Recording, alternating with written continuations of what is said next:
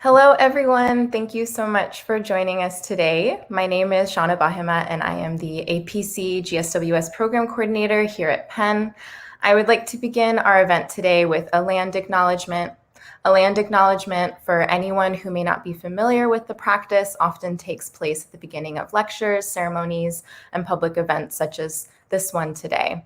To acknowledge is one small way to show respect to Indigenous peoples and their enduring connection with their traditional territories and histories.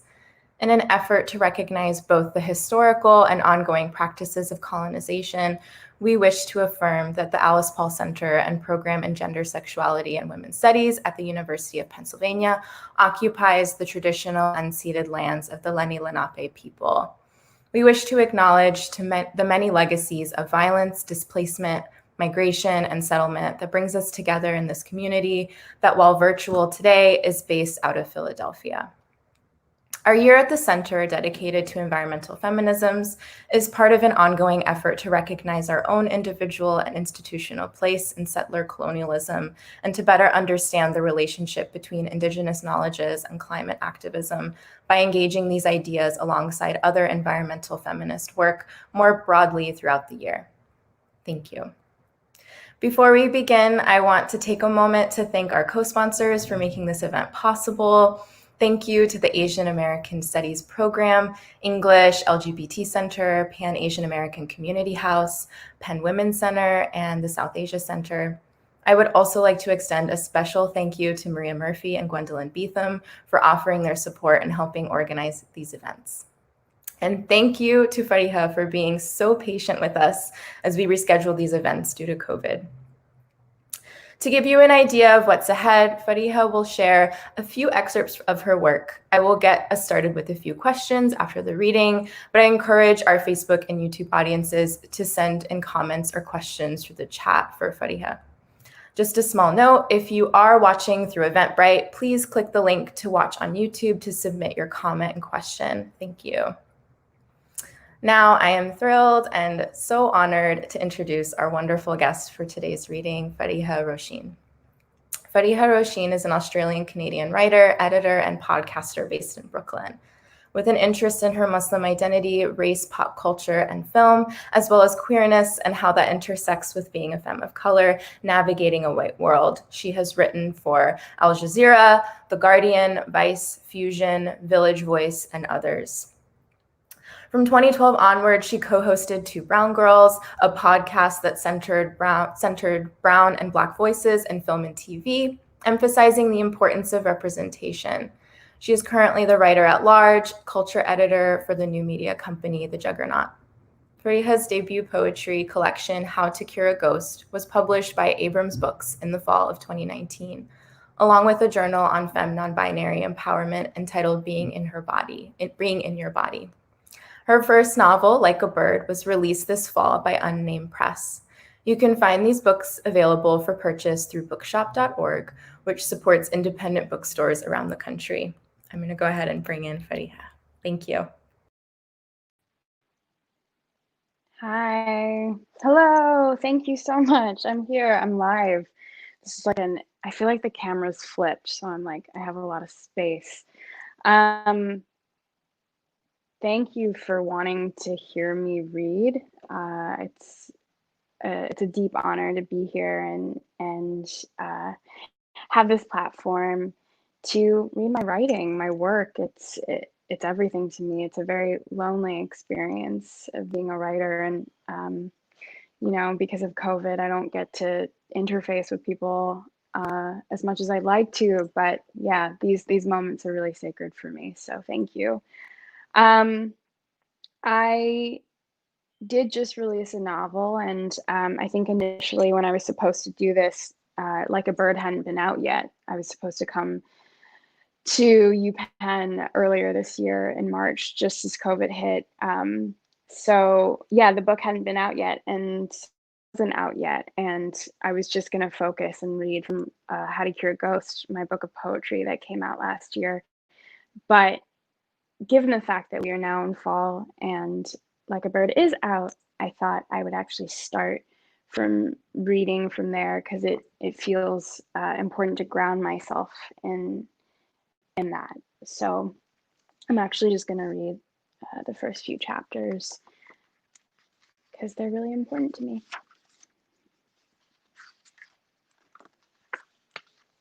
Like a bird. This is what it looks like in case you want to buy it. It means so much to me. It's my baby. I've been working on it for 18 years. So yeah, deep work. Chapter 1. To be a person was a great mystery to me. Even at a young age, I felt heavy with the weight of dissatisfaction. Like a frog in warming water, I had spent much of my early years feeling as if I were slowly simmering toward my own demise, as if I were sedately, on a low setting, boiling to death. And yet, I was nothing if not quietly ambitious. I didn't know how to locate my compass, but I knew I had one. Looking back, maybe it eventually saved me, my desperation to survive, even if I didn't know if I really could. Because since childhood, forlorn and fast-eyed, the most abstract of all emotions to me was happiness. How did one get it? I wanted to own it, to have it in my possession, beaming out because I, Talia Chatterjee, had never been happy. It's something that I had never fully understood either, as I had two parents who hated themselves and together passed down their own qualities of self-loathing onto me. Chapter 2. Our building jutted out with perfectly aligned alabaster columns that stood like ivory trunks, recalling the miniature jewel-encrypted elephants Baba brought us back from India once. The orange blossoms were arranged neatly in the yard, shaping the crisp exterior. The whiteness of our home, a beaming Taj Mahal on the Upper West Side, was gaudy, like the way immigrants who desperately want to be white were all gap-wearing and howdy, all wonder-bred in capitalism, incapable of knowing who they really were. Like my father and his feelings of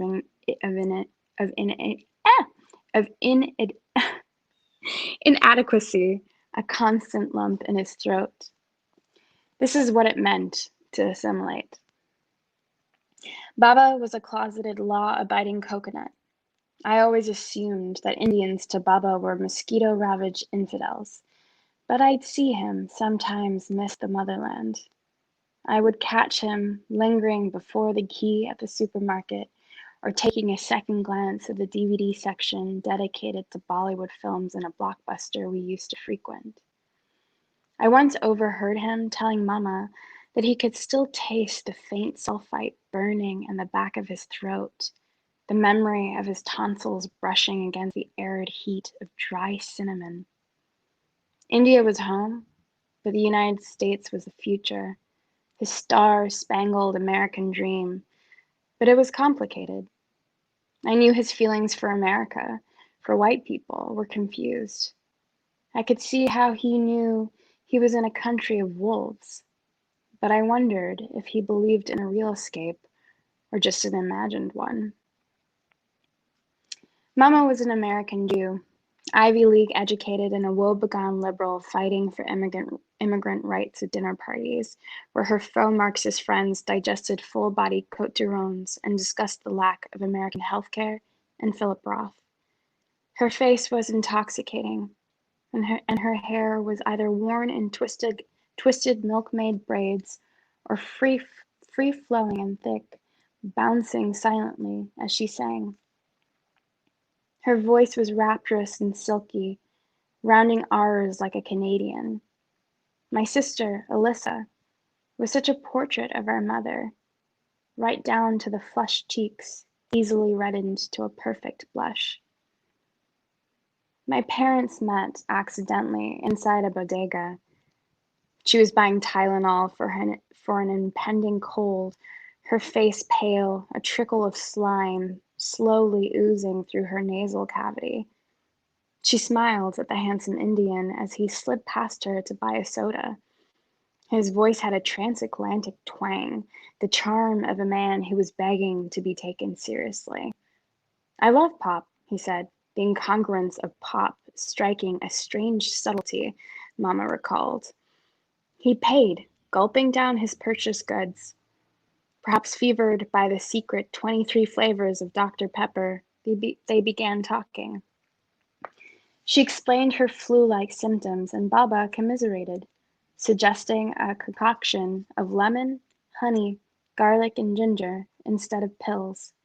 A naturalist with a love of soda, thought Mama, as she focused on the peach fuzz beard Baba had managed to grow, paired with the Dr. Pepper that dribbled at the corner of his lip. She decided right then and there that she liked him, and that was that. They were both students at Columbia, Mama an art history major, Baba pre-law. In her mind, Mama had it figured out. The 80s, like the few decades before it, were about experimentation, and he, her soon-to-be husband, was the most and masculine thing she had ever laid eyes on. Their blooming love was inevitable, their future and quaint. They were smart, they were beautiful, and they were an aberration to tradition. In the months before their marriage, she scoured his dorm for playboys and dirt. She found nothing. Baba was clean. Avoiding all things that could possibly distract him from his wholesome American future, he sublimated his for pussy by eating ice cream sandwiches and slurping popsicles, growing fond of encyclopedias, old almanacs, and the tattered pages of American classics. Naturally suspicious of narrative literature, but equally committed to safeguarding his pop cultural knowledge, he resigned himself to mulling over the tomes of Moby Dick and the adventures of Huckleberry Finn, a preventative measure for the off chance he was ever quizzed on what it meant to be a true American, come Melville, Hawthorne, and the rest. Like many white girls, even Jewish ones, Mama wanted to cause her Ashkenazi parents deep distress. She watched Guess Who's Coming to Dinner with a sadistic reverie and preached to her friends the racial divide was the true abomination in American society, ignorant to the fact that her white girl utopian idealism was a privilege in and of itself. She considered herself a savior and thought her protests were enough, an Angela Davis type wanting to be the target of police, not knowing that pretty white redheads are rarely seen in handcuffs. But she tried, and she fought, and she married Baba. Alyssa and I enjoyed being against each other. Just like any two sisters would, we constantly tried to best the other, usually in the form of proving to our father that we were something, anything. As a wannabe intellectual, my heart insisted on his approval, though it was hardly ever won. I related to him. I even like him, and felt Indian in a way Alyssa didn't. So I guess you could say my love for him was more complex, or maybe being Indian gave me a sense of purpose in a way that it didn't give Alyssa. For me, it became my own lighthouse, a reflection of my being, or the possibility of who I could be and what I could become. It gave me a reference. Warm nights always ignited conversation at the Chatterjee residence. Monomaniacal by nature, Baba was a militant grammarian, obsessively monitoring our usage and syntax, turning it into a game. His English had an archaic diligence birthed from a deep fascination with etymology. What does nadir mean? And what is its direct antonym? Alyssa and I grew fond of dictionaries. It means the lowest point of any given thing, I would say, quickly looking at Alyssa as a buffer. The antonym is zenith. I would usually stay focused on her, my hands sticky with a perspiration, and as if through a chain reaction, she'd turn to watch our father. If we were right, he would sometimes nod, replying with good. More often than not, he would simply say nothing. If we were wrong, he would clear his throat with a dismissing us entirely. Baba wasn't cold, he was austere. He never learned the beauty or value of gesture, of kind words. Mama would say it was because men from India were socialized in such ways, but I disagreed. Baba was different. His austerity was rooted in a disinterest in small talk. He hated hyperbole and despised social niceties. He deemed them unnecessary. There's nothing in silence, he would say, like a croaky parrot. Years, his reluctance to show affection became manageable. It was accepted as one of his many idiocies.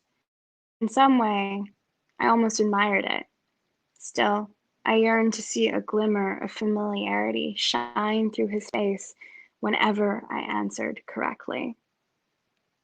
That look that would speak, "Good, I have taught them well."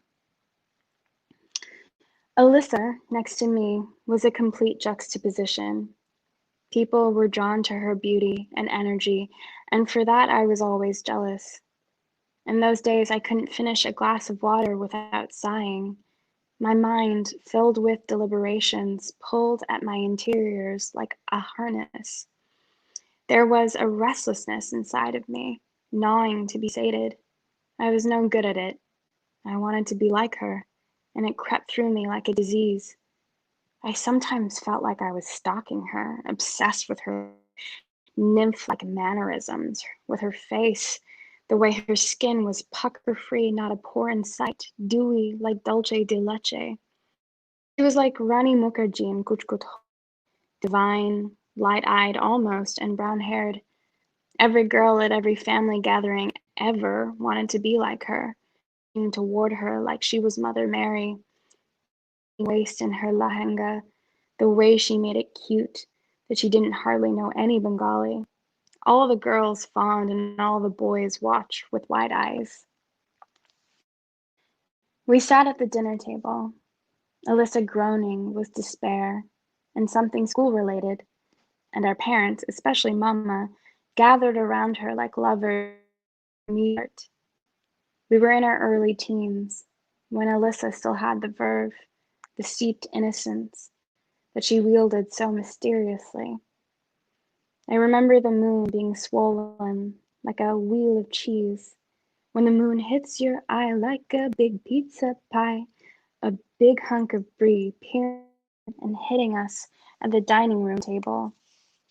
The bones of the fish we ate glistened on our plates, and the mashed sweet potato that I abandoned was still on mine, golden under the moon. Mrs. O'Neill is such a bitch though, Ma. She had grown cocky, swearing more to see how much she could get away with. Please, please. It's true. Tay, back me up. Sometimes I felt cuckolded by my sister. Drawn in by her dance, I surrendered. And she's annoying, but she's all right. Tay, don't. She's a goddamn Paleolithic creature. Lise, don't talk about women like that. Ma, you're not listening to me. I'm not talking about women any kind of way. That she's annoying as... She clicked her tongue to fill the sound of fuck. Mama laughed, diffusing Alyssa's strange current. The way, even when she was whining, she made you feel like she was revealing an important secret only to you. That was Lisa's strongest skill, her ability to see. The two of them went about, and I got up to clear the mood, returning to my own internal, where I was paid attention to. Bamba was prone to smoking a fat, dark cigar at the dining table after dinner, ashing into a beautiful crystal mid-century modern ashtray that Mama bought in an estate sale. He looked so out of place, a brown, skinny Indian smoking a thick knob, resembling anything other than a mob boss. Certainly not Tony Soprano, whom he was not so secretly dating, given his recent and uncharacteristic obsession with The Sopranos. I returned to the table, sitting opposite him, lost in my thoughts about Mrs. O'Neill, a pretty white woman who looked like a nun. She had introduced me to Toni Morrison, and I felt indebted to her. I read Cola, the protagonist of The Bluest Eye. As I watched Alyssa in full form, heady with confidence, I thought of how odd it was that two girls, parents, one white and the other brown, could feel so differently about existing in the world. How that impacted their cellular constructs in such a way that navigating life was distinctly dissimilar. I thought of how I'm to be seen and how I could care for people made me feel special on one hand. Alyssa was beautiful in a way fair-skinned and rapturous, the way that girls you can't place are normally exotified, the light-eyed, light-skinned cocktail. I was darker-skinned and darker-eyed, which made all the difference.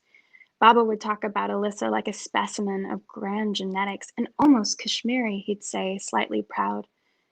A rare compliment from a Hindu Indian, and the absence of one directed at me hit like a flood. Today I was merely observing the grace that Alyssa exuded. Mama fully locked into her story like an avid audience member, and I felt the darkness in my center of not being enough, even for my own family.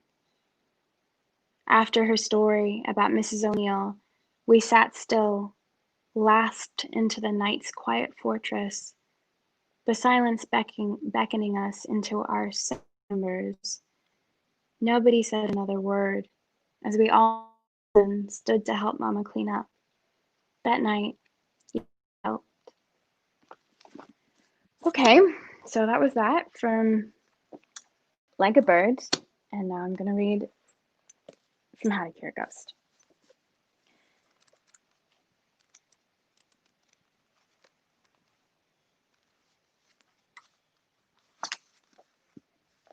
Okay, so this is one of my favorite poems. It's called Je ne suis pas folle.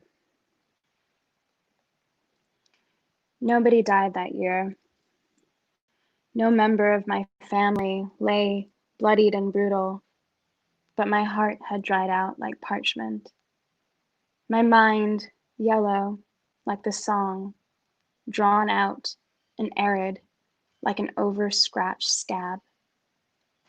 I had become obsolete. Je ne suis pas folle.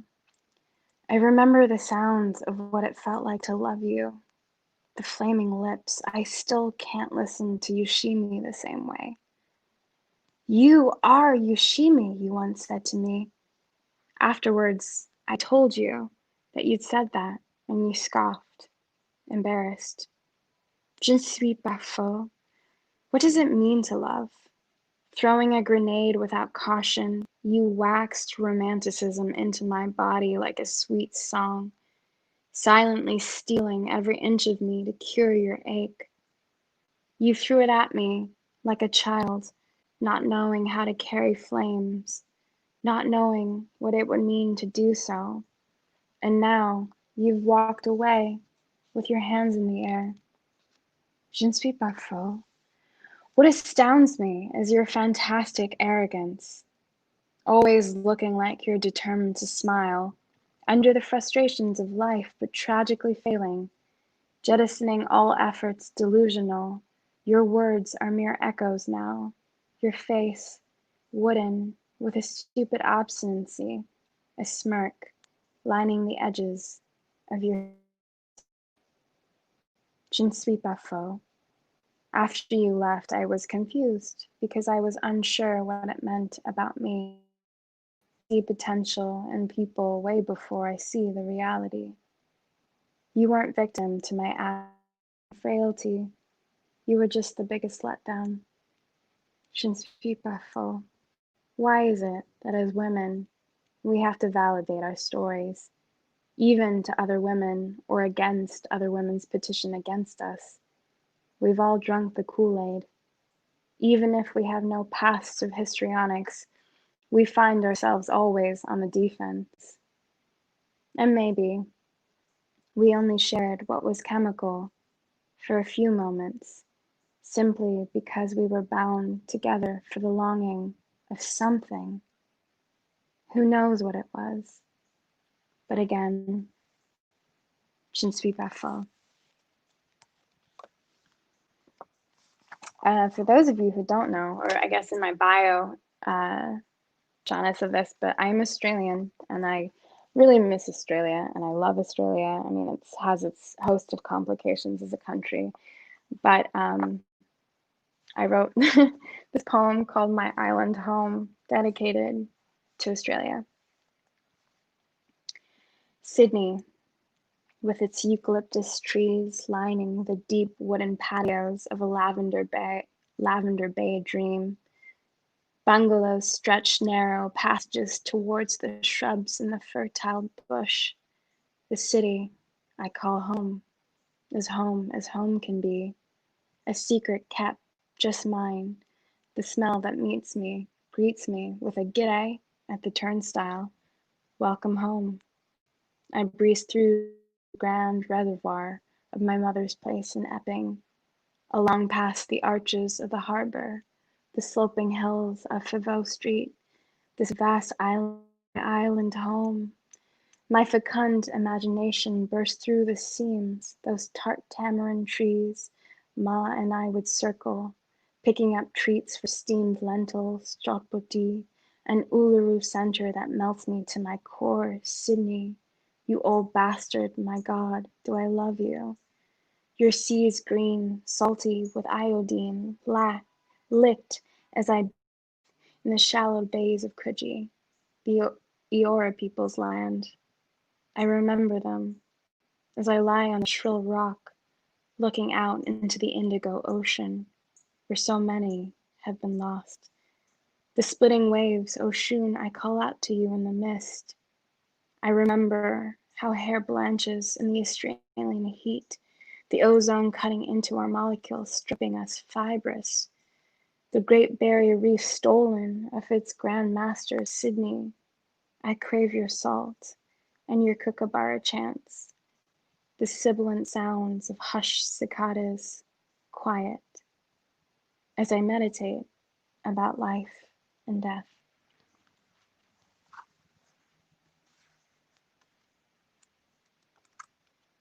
How are we going for time? Okay.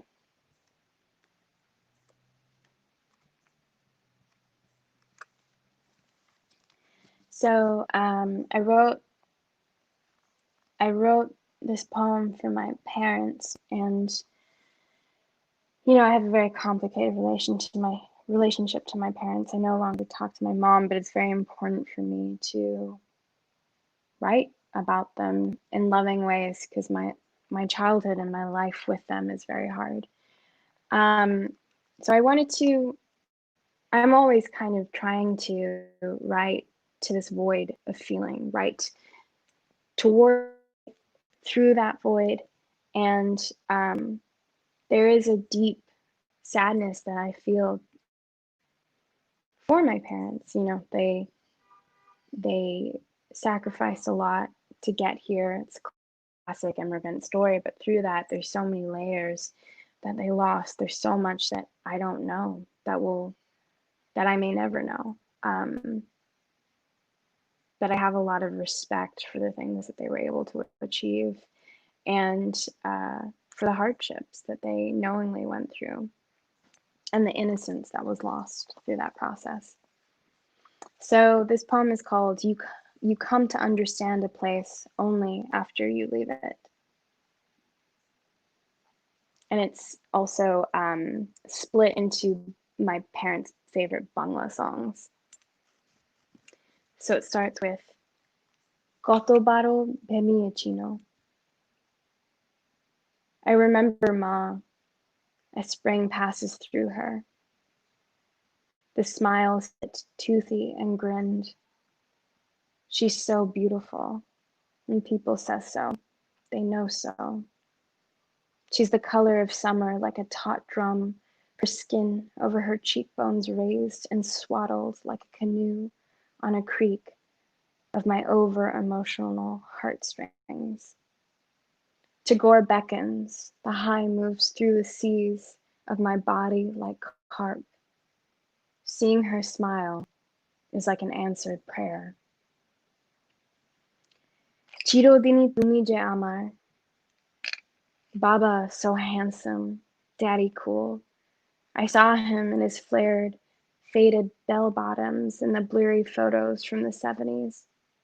A slight halo like a fro wearing a velvet vest and sideburns from here to there. Fuck. I wish I could have known him then.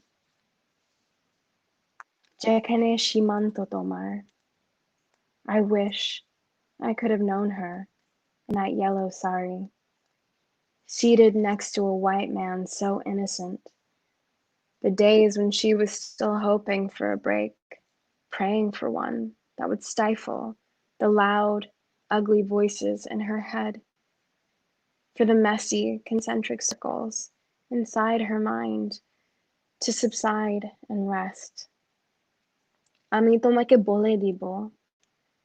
Tears roll down the plastic page, the vellum that seals the images into place. Her smile so big, bright, and red as she sits next to her husband who will never love her. But this is not a Jeremiad for them. No, I'm tired of that. I want to hope for love for them, even if it's just from themselves. I want to tell them, whisper it into their souls, me in New York, Baba in Abu Dhabi, Ma in Sydney. I want to remember you as you once were, before me and before Apu, before the strain in the marriage, before the illnesses locked us into some subliminal horror show. Before that, who were you? Amar Bolar Kichuchilona. You're my heroes. I'll never come close to 1/10 of what you did, what you survived. You're my heroes. As the light pulls into my sun-drenched apartment for you, as you deserve remembered. I remember the smells that shook my childhood, and the laughs of our afternoon shaking into years as we sit in Istanbul, family, by the Bosphorus. We all wanted more, but Allah gave us one another. We all wanted more, the normalcy of other people's families, no outbreak of or turmoil or ma's shrieks enough to cut into the chords of our gloom, of our dreary fates. But as I remember you, none of that matters, my loves. You gave me my life. How can I ever walk away from that?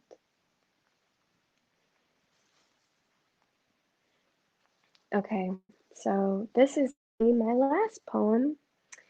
And when I was touring How to Cure Ghosts, I was always ending with because an encapsulation really speaks to the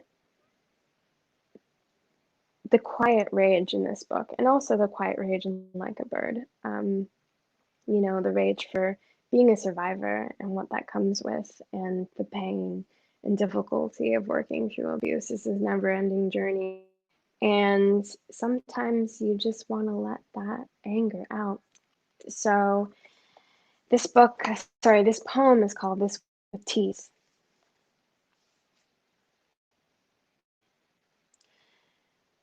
For a millennia, I was tight-lipped, keeping my tongue at the base of my throat like a good Muslim girl. But we've lost so much in these times, our sisters, our bodies, that now I want to speak with teeth. To rip the tender esophagus out through the curve of my jaw, to wield a knife like a pen, like a sword on an axis. I want to rip the balls right off of them. I want to cover myself in their blood and prostrate to God on the floors of a matted mosque and ask for forgiveness. I think of my mother, what happened to her, and I want to kill them for her, drag them by their throats with my fangs on their jugulars, laying there lifeless, broken at her feet, and say, "See, Mama, you can live now, finally. There's nothing to fear anymore." Her nightmares become mine, and I haunt them in their dreams. I follow them in their boring, sad lives. I want to kill all the men who think my body is just a vehicle of pleasure, when really it's just a vehicle for war. As I rupture their spleens with a devastating poison, as they look towards me, I look down at them on my throne. I am an avenger, and I am here for blood. I bellow through the seas. You cannot hide from me. I'll rip your smarmy grin right off your face. You cannot hide from me. Taste your fear like sweat dripping onto my tongue. You cannot hide from us. We are coming for you. We are rising. We are rising with the moon, with the tide. When you're not looking out, we'll take it all back. In great waves, our voices curled outwards, untethered to our pains. What we came here. Thank you. Shauna, you come back? I'm here. Oh, Fariha, I feel so grateful to have you here with us today. Thank you again. Listening to you read is an emotional gift. I mean, it is so healing, and it brings such a feeling of hopefulness, even with all the raw and real emotions that come through your writing. The quiet rage, as you describe it, still brings some comfort, and I feel more grounded after just listening to you read. So thank you. I want to encourage our viewers to bring your comments and questions, whatever you'd like to ask Fariha, place it in the comments. You already have some love in there by a few folks. And I'll start us off. I had a question. Could you please talk about how the process of writing like a bird? Oh no, I think we lost her. We will wait just a couple moments. It's been some maybe like internet issues. I'm so sorry, everyone. We'll wait. See, oh, there she is. I'm sorry. Did you leave? Yeah, it was totally accidental. Okay. No, it's totally sorry, guys, fine. Gotta go. No questions. No, I don't take questions. Yeah. Yeah, this app This is is so a interesting. weird Okay. setup. Yeah. It is, yeah. Thank you for bearing with us. Okay, so I just wanted to start off by asking if you could please talk about the process of writing like a bird. You mentioned for 18 years, alongside How to Cure a Ghost and Being in Your Body, and how did the works influence each other? That's a good question. So, yeah, I dreamt this like a bird when I was 12, and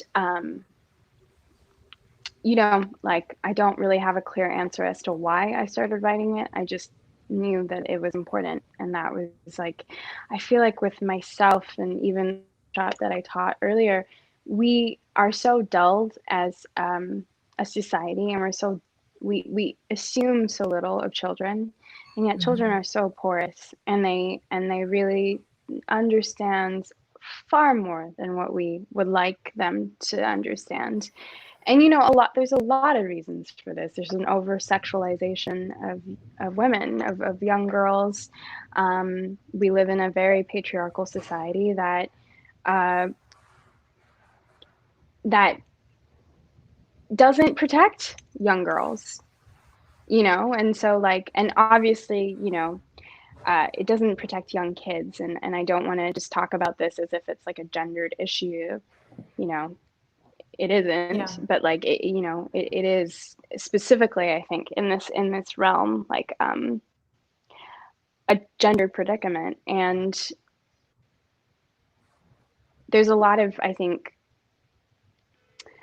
frustration when I feel people, don't want to have these conversations when we are doing very little to understand what it feels like to be a child who is seeing and processing so much at such a fast rate and has nowhere to put it and no one to talk to, which was my life. I'm a survivor. I'm a child abuse, sexual abuse and abuse survivor that comes into my work all the time for anyone that's familiar.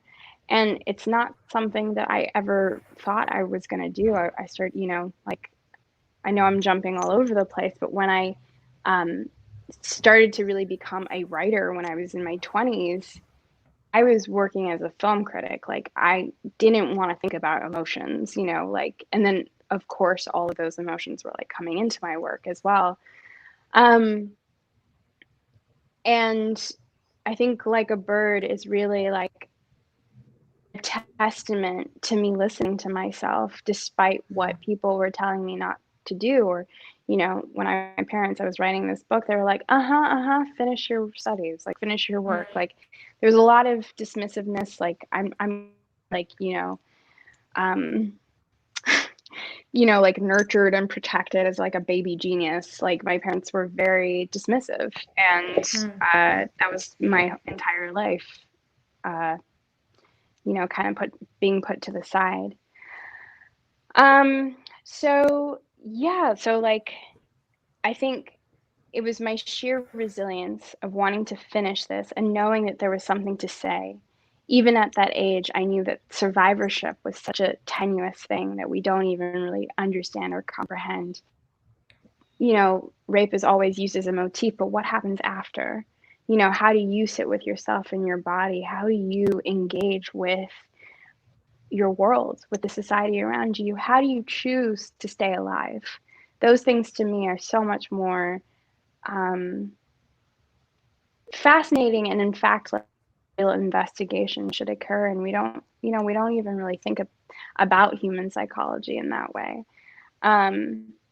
because of patriarchy, because of this disinterest in what we assume, and the binary of like male versus female, like this like ridiculous binary of abuse abstracts it further, because everybody can be an abuser. It's just, unfortunately, that's something societally we haven't yet figured out. Like, you can have the best of intentions and do things that are abusive. It's really about contending with that hypocrisy, though, that again I'm like much more interested in and curious about. And so I think, I'm a good juggler, and I would say that that's why I like can do multiple projects at once. But working on How to Cure a Ghost and being in your body alongside Like a Bird was pretty easy, because I write them in containers and I understand the periphery, and I will say that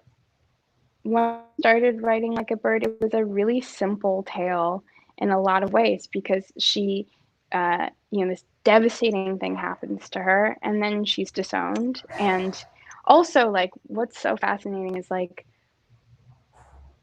that has happened to multiple people I know, and like, yet this is like within the Western canon or a Western ideology. Like, people are like, whoa, that's dramatic. And it's like, have you met anyone who comes from like a domineering, cultural background where, if you are a femme person, your body is on the line, your safety is continuously being contended with. And I wanted to create that understanding and awareness. But yeah, the idea of her early life, or like the early manuscript, was very like, this happens to her, then she falls in love, and then everything's fine, and that to me, I think, was very much the way that I navigated the world as a person. I really assumed that I would fall in love and everything in my life would make sense, and I would feel less alone, and I would suddenly be cured of all of my loneliness and the things that really are painful for me. And of course, at 30, I'm like, that's never gonna happen.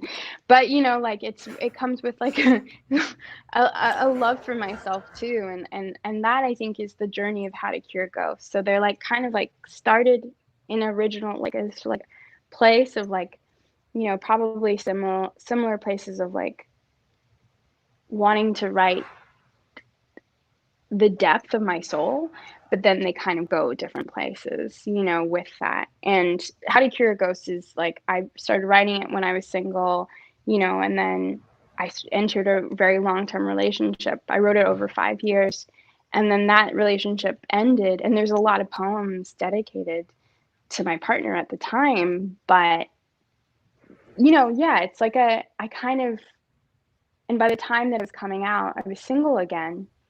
And I really wanted to end on this idea of like, romantic love is not the answer. It's not the answer that we want it to be. That Hollywood or green card makers and whatever, like, this idea of like romantic love, yeah, like the being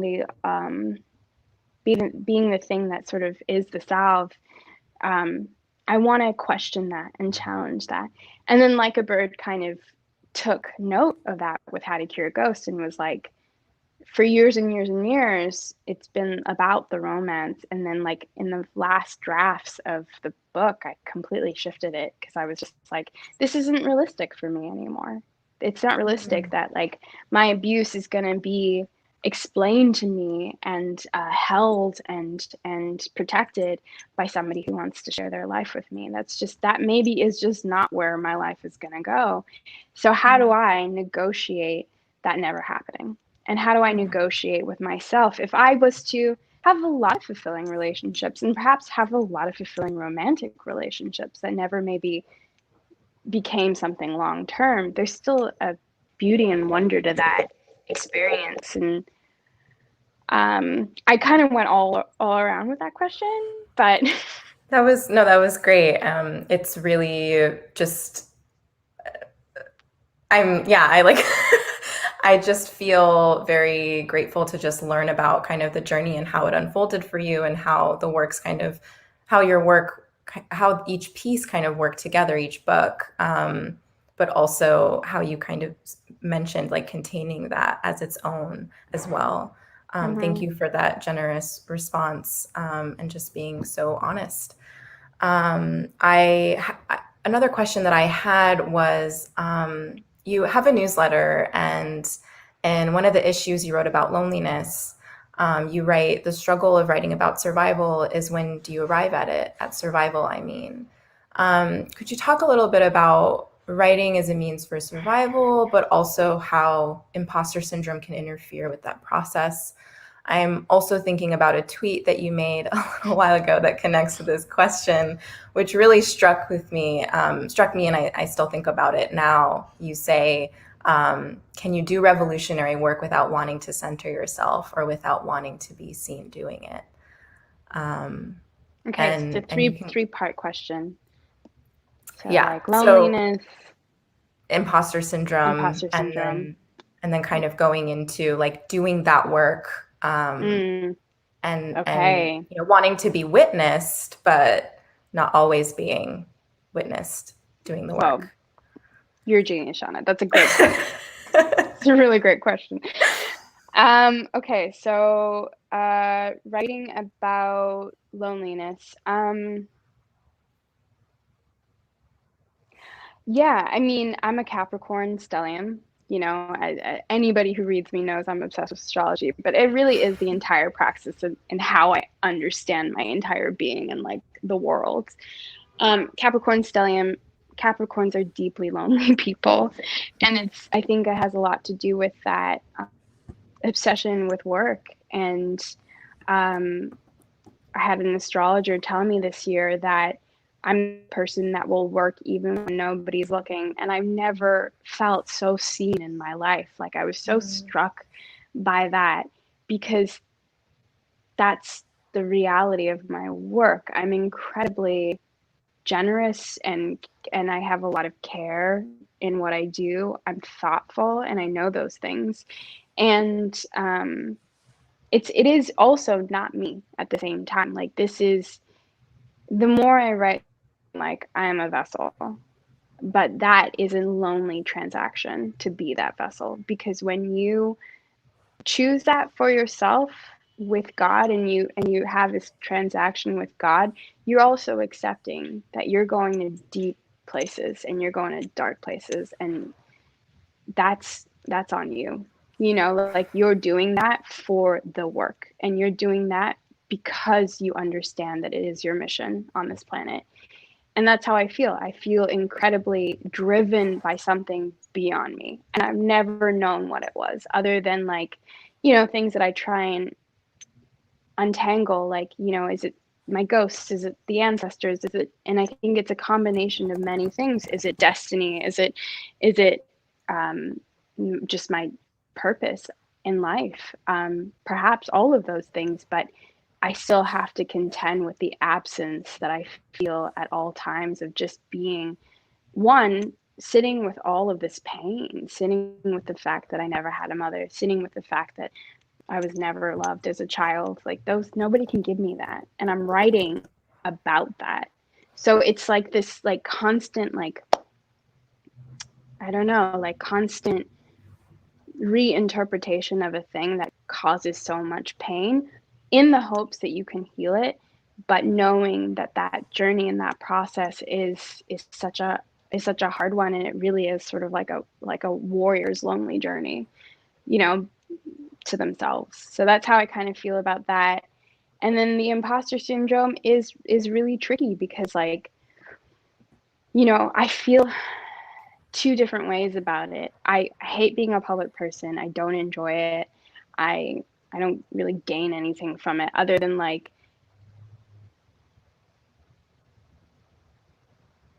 the occasional money. I will be like transparent about that, you know, like, and that's something that like is really important for us to talk about when we're making art during capitalism. I absolutely make money off of my Instagram, for example. Do I like doing that? No, I don't come from money. Negotiate it. You know, you have to kind of like think, especially this summer, I was thinking a lot, you know, because this like understanding that we have to collapse capitalism, we have to collapse supremacy, we have to collapse patriarchy, these three things that are, you know, enmeshed together. The best way to do that is to look at yourself and be like, how am I doing these things? How am I helping aid this process? I think everybody should be doing that work, especially during a pandemic.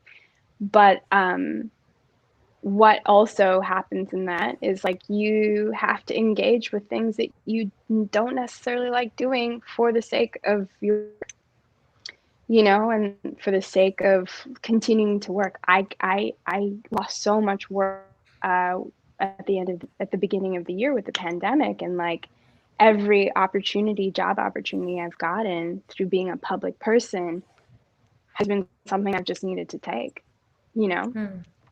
So that falls into the imposter syndrome in that way. Like, I don't like engaging in this, but I'm reliant on it at the same time.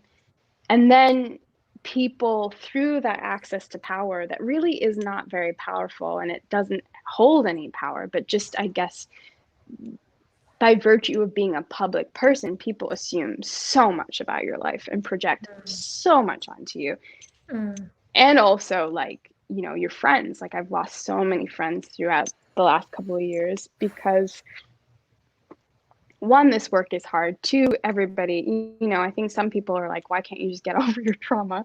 Three, like, you know, I think that there is an element of, because they don't understand how deep it is. You know, you're Right. like, Yeah. I don't think, like, when I talk about, I'm very cavalier with pain because I have so much of it, but it's easier to be like that for me. And like, my reality is that if I didn't write, I would die. I would literally die. That would have happened a long time ago, because I can't live in this body otherwise. What am I doing? It has to make sense. It has to mean something. So people just project. I've had like you know, a world of things thrown at me by people that like don't want me to be happy. So I'm always like sort of dealing with that. And then that feeds into my own feelings of insecurity, and the fact that I am an incredibly abused person doesn't like help the fact that I'm constantly like trying to stand up for myself, and I don't know the tools. So I'm like learning everything from scratch, juggling a bunch of shit at the same time. And then that goes back to your final point, or like final question, final part of this question. We can't make work to be seen. Ultimately, that's just like what it is. Like, and you can't do revolutionary work in order to be seen. Mhm. And you can you can use it as a benefit. Angela Davis writes about this in Afro Images. I can't remember the full title, but she talks about being a fashion icon. The Black Panthers did this as well. Understanding that your radicality, there are ways that you can actually be seen. If white people, institutions don't want to see you, make them see you. And there's many ways that we can do that. I just published a piece for Vogue about learning how to finding myself through fashion. Like all of these things are complicated, and like we just have to, I guess, like sit with the differences and our own contradictions and be able to have conversations about them, you know, and ultimately, I think being a revolutionary is never really anyone's goal. If you're doing the revolution, if you're doing right to the justice, to the cause. I mean, I think Fred Hampton said it best, like, I'm going to butcher it, but like, oh shit, I can't, you can kill a freedom fighter, but you can't kill freedom.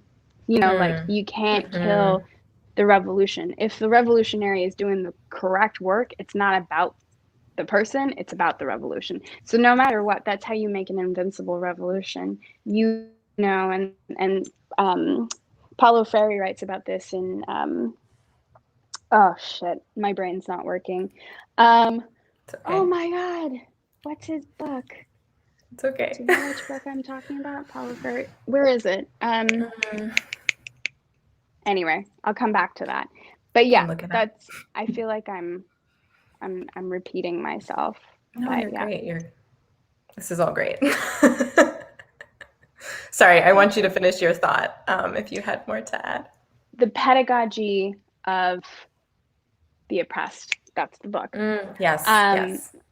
uh, that you make your revolution invincible. Mm. That's it. Wow. Well, on that note, we are at the hour. I think that's like a beautiful place to stop. Thank you so much for sharing your work, for making the time to be here, and really, really appreciate it. Thank you so much, Fariha. Thank you. Thank you so much. Thank you for watching Yeah. Thank you, Sending Love. everybody.